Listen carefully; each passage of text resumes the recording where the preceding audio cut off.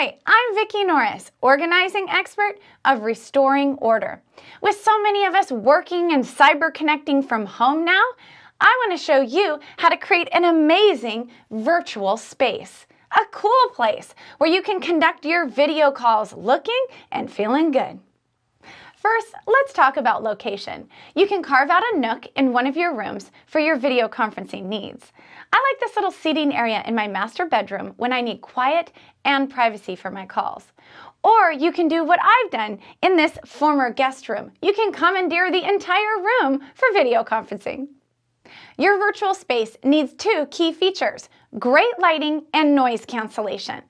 So first, lighting. You want to be near a window to get that beautiful natural light whenever possible.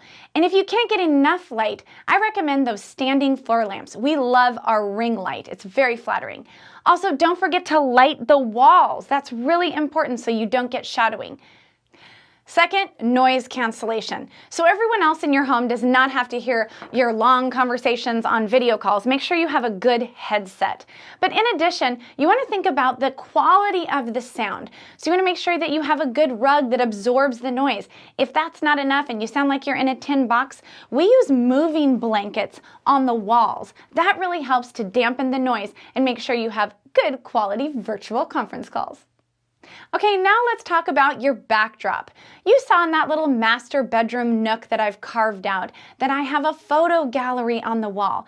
You can create a gallery wall using photos or architectural pieces. It's a wonderful backdrop. You can also use cubbies or bookshelves for this purpose. It's a very credible and attractive background.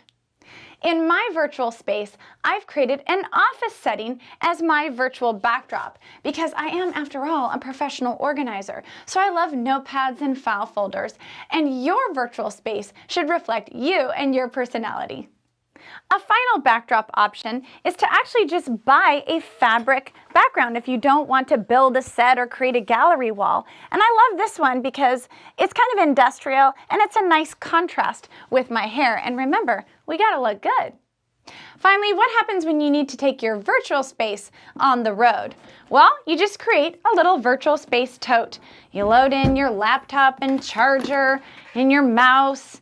I like to have an extra webcam as well. My headset. Of course, you got to get your phone and your water bottle.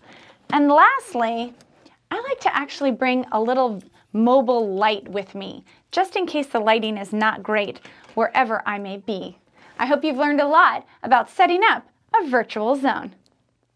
Whether you're video conferencing on the go or at home, you can get all the steps on my related blog, Creating a Virtual Space. Hey, thanks for watching. Please subscribe to my channel and come visit me at restoringorder.com for more organizing and life reclamation ideas.